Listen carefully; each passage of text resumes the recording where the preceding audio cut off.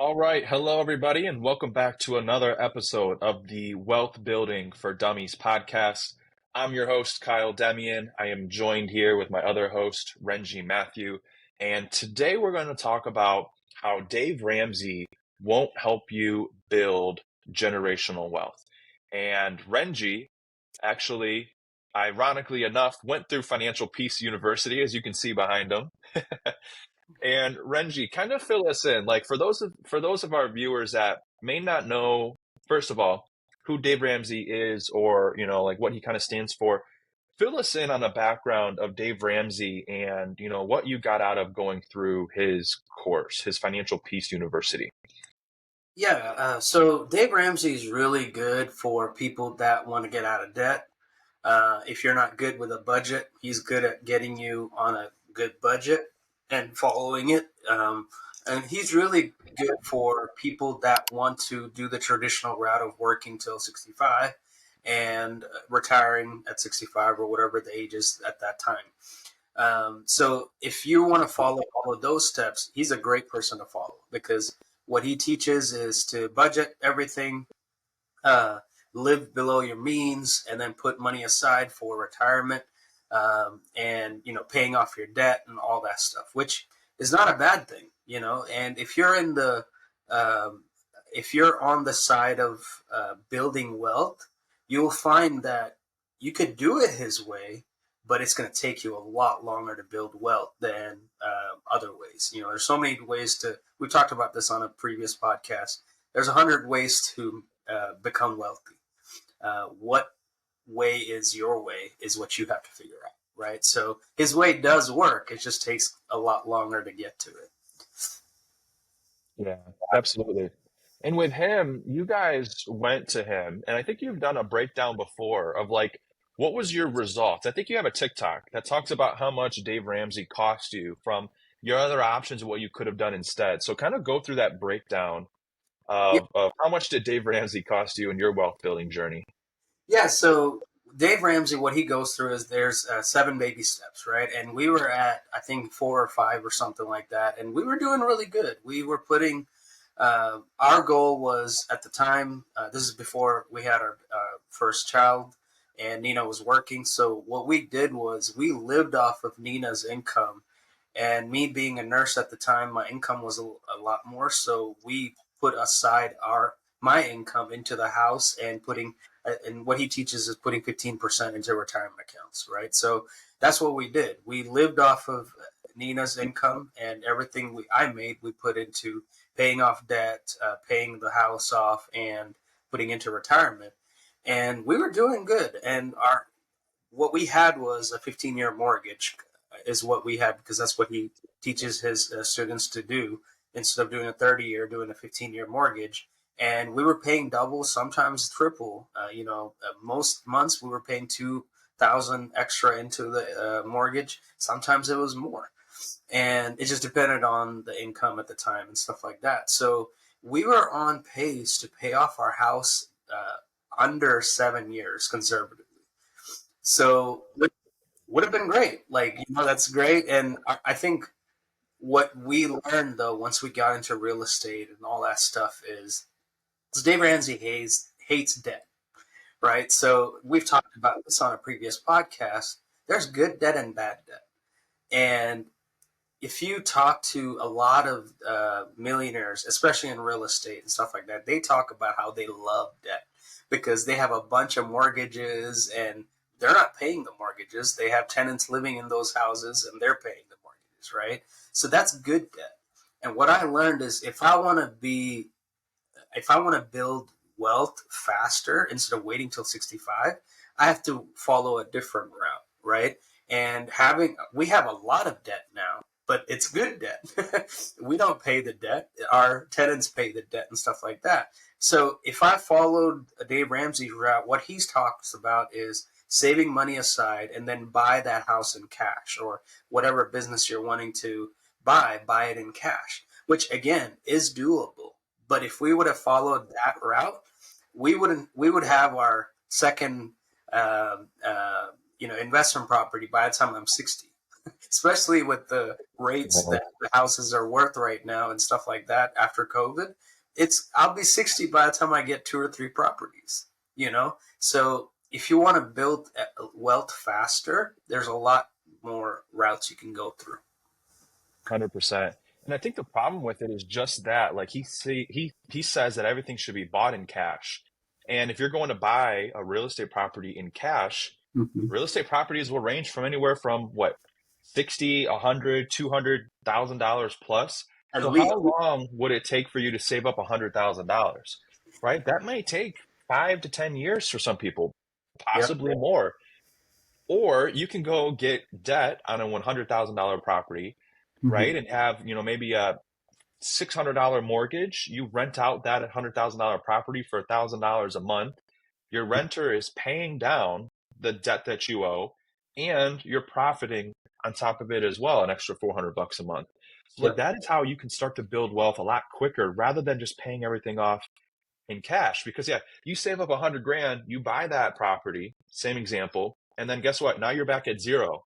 You've Mm-hmm. got to save up another 100 grand, which might take you another 10 years to do, Yep. just so that you can finally get your second property. But what the rich and the wealthy know is how to leverage and use other people's money to start building wealth today, instead of just relying upon yourself saving, $1,000 a month, $2,000 a month for 5 to 10 years before you finally go and get, your first rental property or your first asset, business, whatever it is. We'll tend to typically talk about real estate just because I think it's the most common. Renji's in real estate. I'm looking to get into real estate this year. And that'll probably be the most common route we talk about, but it's not the only one, right? As long as it cash flows, that's all that matters, right? And in regards to that, you said something else. I can't think about what it was that I wanted to talk about, but Dave Ramsey is all about being debt free. You did talk about bad debt, good debt. Obviously, the bad debt is stuff that you do want to get taken care of, and he has a great program, I'm sure, for that. With if you have credit card debt, 20, 30, 40, $50,000 plus a credit card debt, of course, that makes sense to get taken care of and to be debt free. If you have something like a car loan or a mortgage, that debt is defined to be paid off. Most car loans are 5 to 6 years. Most mortgages are about 30 years.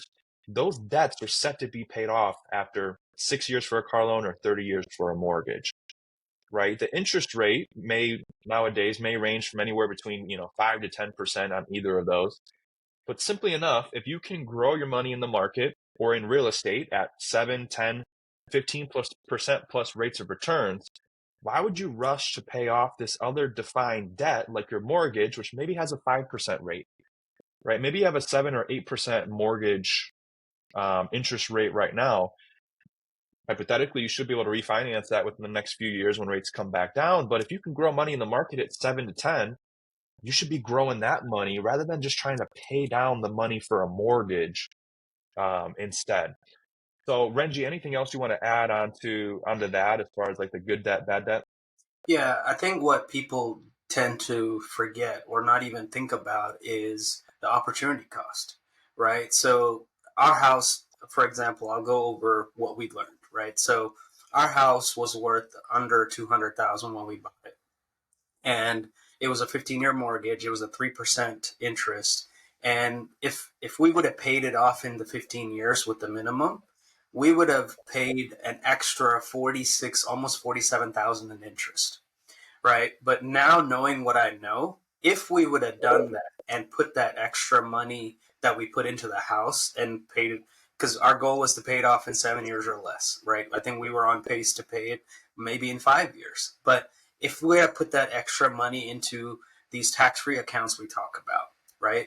If the market conservatively did only 5.5% in that 15 years, which we know the stock market, even the S&P, on average does between 8 to 10% in a 10-year period.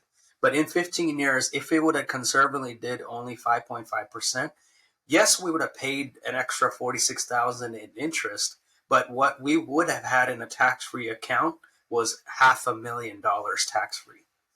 So, and then we did the math also. Okay, what if we continued to do what we were doing and paid off the house in 6 or 7 years and then started putting money into one of these tax free accounts? It's still not a bad idea, But what the math showed was we would have been closer to 275,000, which again is not a bad number.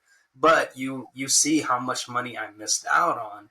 More than 200,000 in tax free income, which I could have used to buy a couple more properties or down payments on a couple more properties. So what Yeah. what you're doing is putting all your money into saving and putting into paying off the debt, but now that money is forever gone, and you miss out on what you could have used it for otherwise to build wealth. I think that's what a lot of people don't see is in that same scenario. If I would have put that extra money into buying another property or another passive income opportunity in that 15 years, I would have a lot more passive income. Yes, I would have paid more in interest, but what I would have made on the back end would have been way more than that interest that I would have ever had to worry about. Right? Yeah, Yeah. absolutely. That's the opportunity cost. Yeah. What is gonna be if you have two opportunities, what is the cost of doing one versus doing the other, and how is it gonna impact you, Yep. whether it's in the short term and or versus the long term. And, I think Dave Ramsey has a great program for the masses, Mhm. to be debt free, to be more of a saver. But if you're looking to build wealth, and this podcast is wealth building for dummies, right? So that's what we talk about is building wealth. He's not the guy, he's not the person to follow for that. And a similar example, and just another way to think of this, is like millionaires and these ultra, wealthy mega celebrities, they don't even pay for their houses cash when they can. Maybe some do, but there's a I'm specifically thinking about the musician Drake. There's an article that came out. He bought this huge mansion a few months ago, and he financed it. And he's probably one of the wealthiest artists in today's age, where he probably could have bought that cash. But he has advisors and people on his side that's saying, "Hey, don't buy that house cash, finance it at a 5-6% rate, whatever it is, and we're going to help your money grow better in other places." And that's exactly what we're talking about here as well. And with that, Renji, any other topics you want to kind of cover while we're talking about Dave Ramsey here?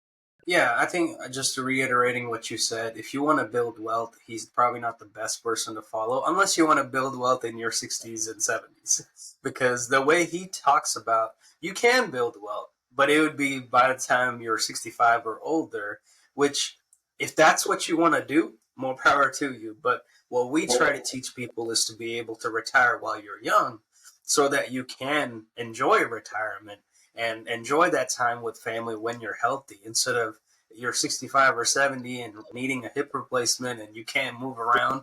Like, I don't see that being the way I want to enjoy a retirement. So again, like we said in the beginning, there's 100 ways to build wealth.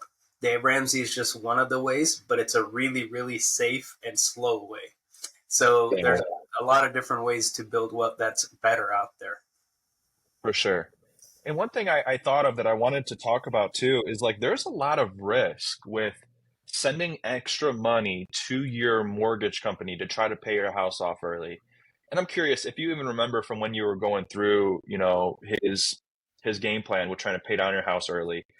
Here's how I see it. If your company, when we'll use really round numbers, right? Let's say your company requires you to make a monthly payment to them of $1,000 a month for your mortgage, right? You were saying that there were some months where you were doubling down or maybe even tripling down on that, right? So you would send $2,000 to $3,000 for that month to your mortgage. Okay. Yep. So here's the problem I see with that. And then correct me if he had ever talked about this or if there's another way around it. But if your mortgage balance that's due every month is 1,000, you're sending them 2,000 a month, so 1,000 extra. Hypothetically, yes, you could pay it off in a shorter period of time. But let's say something happens to you as an individual, you lose your job, you become sick, disabled, heart attack, some major medical event where maybe you can't work anymore, or you have 6 months off to recover from this medical event. Um, any of those scenarios where maybe money all of a sudden got tight because of an unforeseen circumstance. What was his game plan then, if he had any, to keep making the mortgage? Because here's the thing.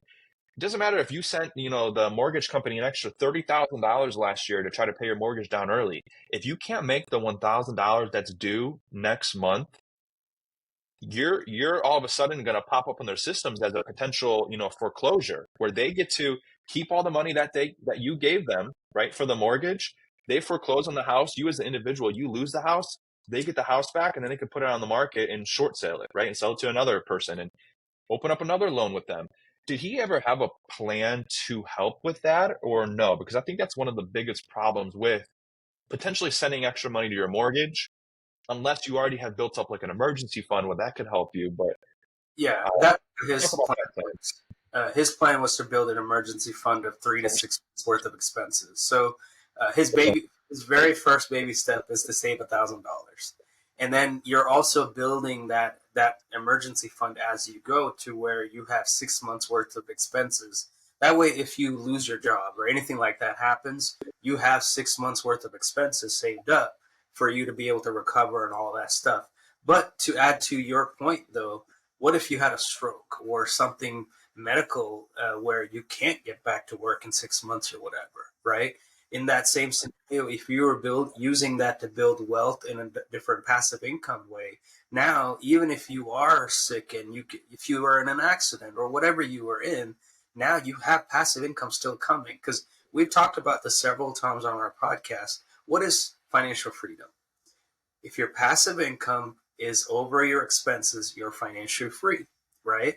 Now you're building wealth by multiplying that over and over again. So if you would have used, if we would have used that same extra cash instead of putting it into a mortgage, if we would have used it to build financial freedom in the way of passive income, if something like that happens, we would have never had to tap into our emergency fund because we have passive income coming our way, right? So yeah, I totally agree with what you're saying. There is an emergency fund, but there's a lot more that people don't take into consideration of what if you had cancer? What if you got hit by a car and you're disabled for the rest of your time, right? So there's a lot of other stuff that people don't take into consideration that can hurt you and your family financially and in a lot of devastating ways. Absolutely. And yeah, and in that scenario, you would have stuck all your money into an asset that's not really too liquid, because to get any money out of your house, you'd have to sell it, right? Which can take some time. There was a period in COVID where people could sell their houses within 30 days. Yeah. What were you saying? Or take out a loan? You can refinance. There are different ways to access that money, but yeah, you're right. It'll take some time because the bank's not going to just do it right then. You have to. There's a lot of ways you have to go through that, and even that though, if you're trying to refinance, let's say that same scenario happened where you had an accident or you had cancer or something like that, you can't go back to work. Even when you're refinancing or getting an equity line of credit or whatever, the bank wants to know if you're going to be making income to pay that loan. And if you're not able to, they're not going to approve that, right? So that's something people forget about. Yes, you have all this equity in your house that you can access, but a bank's not just going to give you equity, like give you that equity as a loan if you can't pay. If there's no way for you to pay, they're going to ask all those questions. So, like you said, at that point, the only way for you to access that equity might be by selling. Yeah. And instead, if you want to have put all your money, your extra money into your mortgage, and that 30,000 that you might have sent them extra last year, you would put into doesn't matter what account it is, something that's growing, accumulating, and earning interest. Mm-hmm. You can tap into that and use it if things get tight, if you get disabled, if you have a major medical event. Mm-hmm. That's the alternative that makes, more sense, is to have that money in something else that's growing and actually building wealth for you, instead of just paying down a mortgage until where you have a free and clear house. You can't take income from your house once it's paid off. But if you build an account, if you build assets that can give you income, that's how you build generational wealth. Mm-hmm. Awesome. Well, Renji, anything else you want to wrap up our podcast show with today? There was something I was thinking, but I forgot I think it had something to do along the lines of paying. Yeah, so that's what it was. If you use one of these accounts, I think it's actually safer than what Dave Ramsey talks about. Because his whole goal is to get people out of debt safely, build wealth safely. But in the same sense, that safety, it's going to take you longer and longer. But like you said before, Kyle, if you would have put that extra money into one of these tax-free accounts, these accounts can have living benefits in there that can help pay for those. If you had a stroke or an accident or cancer or whatever, so I feel like that's even safer than what Dave Ramsey talks about, because now you're not only putting you and your family in a better position if something like that happens to you, but you're also building wealth and passive income to where if, God forbid, anything bad like that happens to you, your family doesn't have to worry about where's our next, uh, you know, money coming from to pay bills, because now you build up a passive cash flowing asset that's paying your bill and giving you some extra, right? So now when you're working, it's just to build more wealth. That's really it. Yeah, for sure. Awesome. Well, I think that's a good stopping point here for us today, chatting about how Dave Ramsey won't help you build generational wealth or get you to financial freedom, but he will get you debt free. And that's the difference. You can either be debt free or you can be financially free. And that's what we talk about here on our Wealth Building for Dummies podcast. Thank you guys for tuning in again. My name's Kyle. This was Renji. And be sure to like, comment, and subscribe. We're looking at bringing on some different guests, and we want to have additional topics to cover and be able to chat about for you guys and to go in depth, just like what we did here today. So in the comments below, let us know what other questions you guys may have or other topics you want us to cover. And that way we're providing you guys with more value to help you go out there and to build wealth and become financially free. Well, thank you guys for tuning in, and until next time.